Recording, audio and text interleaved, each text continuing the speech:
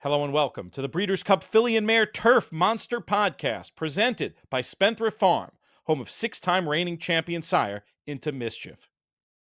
Peter Thomas Fornital and Michael Adolphson here with you. Michael, one of the more popular guests, I'm going to go ahead and say, especially around Breeders' Cup time on these shows, and we're going to have a lot of them. He's going to be part of our final answer show. That's going to be going live Wednesday of Breeders' Cup week. We'll get the time for you on that one. I promised him before I confirmed his availability, but hey, that's the kind of thing that happens around here at Breeders' Cup time. Always a pleasure, Michael. How are things? Doing well. I just got to LA a couple days ago just to sort of adapt from the 12 or 11-hour difference from Dubai, and just got back from a run, as you can see. So I apologize. If you're into that sort of thing, you're welcome. Yeah, I'm just looking forward to diving into this because this is one of my favorite races every year. So it's going to be phenomenal. First biggest question. Minihawk listed in the entries here. Everything I'm reading and hearing seems to indicate that it will be the turf, not the Filly Mare Turf, where she ends up. Is that matching what you're hearing from Minihawk? Yeah, I mean, I don't see any. They gain nothing by her winning the Filly Mare Turf. The only time they would have ever done something like that in the past with someone of her caliber was with Love, and I think we saw from Love's performance that maybe they went in that race because she was on the decline. Right. And I don't see this filly on the decline whatsoever. I think she is squarely the horse to beat against the boys in the turf. So I just don't want. Hopefully, they don't make a mistake like. Well, it's not a mistake, but like with Love's Only You a few years ago, where she was so much the best in that race, she could have easily won the boys' turf, but they just took the layup and won the Filly Mare Turf with her from Japan. So I'd love to see her stay in the turf because it makes this race a whole lot easier. She could run around the outside rail and win this race.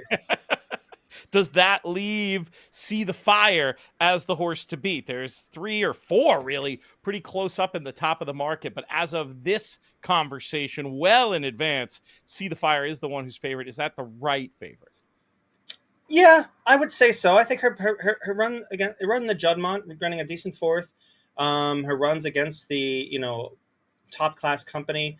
I'd like to see her get other than the Middleton, I'd like to see her get one in at the top level before being proclaimed the favorite in the race. But I think she's kind of lukewarm for a reason, and completely beatable.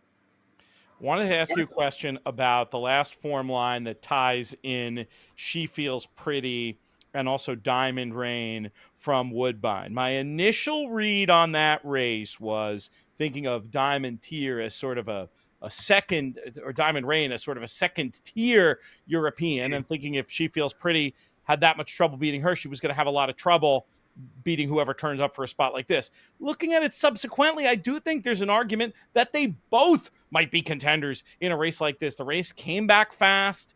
What do you think? How do you pick between Diamond Rain and She Feels Pretty, and can either of them win this race? Well, I'm a huge fan of the DeVoe operation, and She Feels Pretty as a whole. I think a mile 3 is going to be, even a quick mile 3 is really asking her. And I think she was out to her teeth to get the mile and a quarter last time. So out of the two, I take Diamond Rain in a heartbeat. Not only because, for example, Charlie ran a second stringer here last year that ran a bang up race to finish fourth. And what was her name? The Chestnut filly that won the Jockey Club Oaks. And I think that, that she fits that kind of bill. She's progressive. She's moving forward. It's kind of one of those things where and she'll get the distance. I mean, she'll get the distance just fine. I don't see any issue with that. I know that she's a Chamerdal. They're mostly not beyond a mile and a quarter, but the way she runs should be fine. And she ran so well in the Group 3 at Newcastle that I thought that, and that's not an easy course. Like, as in, it's got a bit of an incline to the finish. It's a deeper synthetic, in my opinion. And I think that, you got to be a fit horse to finish it out. And she did really well. So she's moving forward. She beat Running Lion, who's a proper filly, 3-back. She ran a winning race last time, just didn't quite get there. And William seems pretty confident, even though he's most likely going to be on Cinderella's Dream, that she's a filly who belongs in this race. Well, that's the segue. I was going to say the more fancied of the Appleby runners in here is Cinderella's Dream. What do you think of her recent runs and her chances? Well, I'm really annoyed because the market won't leave her alone. Because I was hoping that people would be stupid enough to think that these last 2 races were indicative of her form. And I was like, okay, well, I was like, good. When she finished third and she was treading water, like just hated that ground last time. It's listed as good that day, but there was rain. You could say, good my ass. This was basically like that. This you could see, like you could see chunks of it coming off of Fallen Angel. You know what I mean? And Fallen Angel loves cutting the ground. So like it was just, and she was running away from her. And Fallen Angel to me is very very good, multiple Group 1 winner. But I think Cinderella's Dream is a head to a neck better than she is. So yeah, it to me, it wasn't the perfect setup for her. This is probably going to be her last race, I think, before she becomes a mom. That worries me a little bit, but I don't see anything about her. If you go back to her summer form, you go back to her race last year, where she was the best horse in the race. Sorry, but Moira just got a really good ride from Flavian, and you know, I don't see anything taking me off of her. I just wish that she got some value. Come on, guys, leave her alone. She sucks. She's terrible. Like Zandon's poetry in motion. Big horse, but light on his feet. And he's always showed up and been consistent and been right there with some of the top horses in training. In the Bluegrass Stakes, he showed his determination and his raw ability. It's over! Zandon wins the Toyota Bluegrass! I feel breeders will be really blown away by what a striking, outstanding looking horse he is. 9-2 as of now, a long time out with Minihawk still in the betting. We'll see what happens. What's the price that you would back Cinderella's Dream at on the day, assuming all goes well? mean, the lowest I'll back her is if she drops below 2-1, I'll still think about it. But like, Right. you'll get I'm getting vibes of Love's Only You, where Love's Only You was like 6-1 a week out and then went off at what 5-2 Mm-hmm. second choice, and I was like, damn it, you know what I mean? Like, I just hope that I hope she runs her A race first of all, and I think she will. The trip is still semi-suspect with her, but she got it last year, skimming the rail all the way around. She went the shortest way. I think that was probably a tactical miscue by William, because he was worried about the stamina aspect, or maybe he's just hoping that he could get her to relax inside, one of the two. And the seas just never parted for him, and she came flying much the best in there. But yeah, I mean, is this a tougher race? That's also a question we got to ask ourselves. Is it a tougher race than last year? And I would say yes. She's got to step up to that. We could segue in the Bedtime Story, as I think is a huge, or even Jazora. That's who was next on my list, because Jazora is the other one who's in single-digit odds. Yeah. So I am glad you mentioned Bedtime Story. Those were actually the last two on the list, and then I was going to throw it open to you. So let's go to Jazora first. I'll tell you my thought looking at her. Nick Luck on the In the Money Media YouTube channel, to which you should all be subscribing if you're watching this video or listening over on the podcast side. He made a compelling case. I wish she had some left-handed form. But how do you think she's going to make out here? I think she'll be fine. I think Graffard will have her as ready as she can be. She's not as lightning as I would like to see her in her turn of foot to really adapt to American racing, but she has a slight filly. Maybe she will pick it up, when she gets this flat, tight turns. So she's very compact. And I think she'll take to that fairly well. I'm not sure she's as good as the best ones in this race, right, but she's earned her spot to be top 4 in here no matter what. And we're, we'll talk about Bedtime Story, but she's faced her twice this season. They finished 1-2 in the Oaks. Bedtime Story had her measure, I think, at the top of about a furlong out in the French Oaks, and just couldn't get by her. She just got outfought by Jazora. So she's a tough little filly. Yeah. And I think, Mikhail's won a race over this course before when he won the turf with Talismanic. I think that she's a serious player. She just has to be in position turning for home, because I haven't seen anything super lightning from her to really put herself in front and fight it out. Yeah. Similar to Moira last year. That's what she did. You know what I mean? Like, she put herself in. Flavian had her beautiful ride, ruined my day, but beautiful ride. Because I had Cinderella's Dream like single to everything. Yeah. A lot of us did. Beautiful Love. That was the chestnut. Beautiful Love. There we go.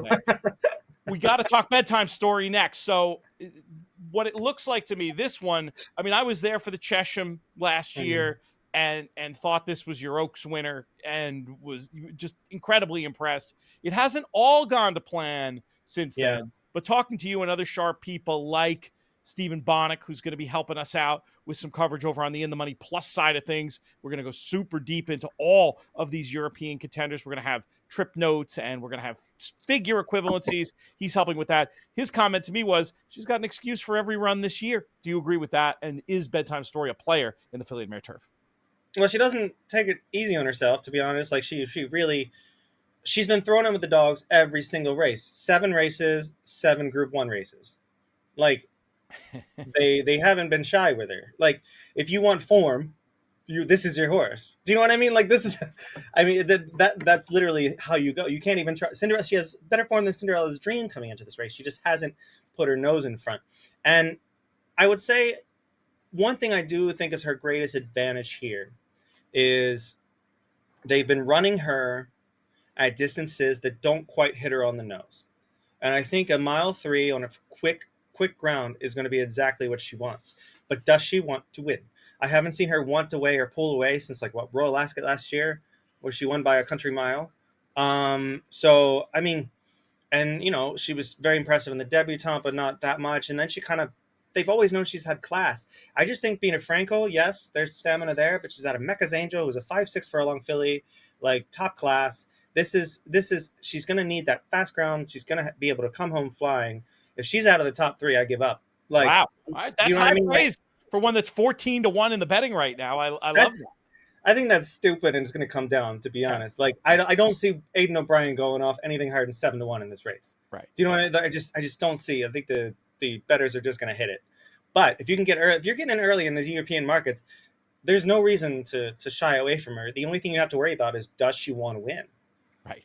Is she going to be positioned well enough to win? And I think Christoph, after 2 races, is going to have her down pat. Like, he's going to figure out what to do with her. She ran on very well last time. She was unlucky not to get to Kisasana to get into 3rd. And I think that, top class fillies ahead of her on a track and a distance that was probably slightly stretching her. So, yeah, I think they put her in position here. They run her anywhere from a mile to a mile and 3/4 this season. I just feel like, in Group 1 company, I just feel like this is her bread and butter right here. If she doesn't deliver top 2, top 3, then she's a Group 2 filly. She's a Group 2 filly, period. Right. Great stuff, Michael. We're going to have you back for the final answer show. Get more thoughts on this race and all the others, unless there's something you're just dying to say before we close the lid on this Monster Pod vid. I mean, I think that this is a wide open race, and I think post will have something to do with who you go with in here. Yep. And the big question for a lot of people is the horse at the top of the market right now is Sea the Fire. Will she run to what she absolutely can on this course? And if she does, they're all running for second. If not, we got a big race in our hands. We're going to make some money. Sounds like your short list would include her, would include Cinderella's Dream, and it would include Bedtime Story at this point. Mm-hmm. Yeah. They've got the market pretty strong in here. I don't, even though she's kind of outclassed and it's probably an owner call running in the race, don't be surprised if Village Voice jumps up there and gets 4th. Do you know what I mean? Like, she's got My Sister Nat written all over her. Yeah, underneath for some superfectas, etc. All right, my friend, totally we're out of time on this, but we're gonna have much more from Michael, both free and on the In the Money Plus side. If you want everything we've got to offer on these Euros, on this Breeders' Cup, make sure you check that out. InTheMoneyPodcast.com/plus.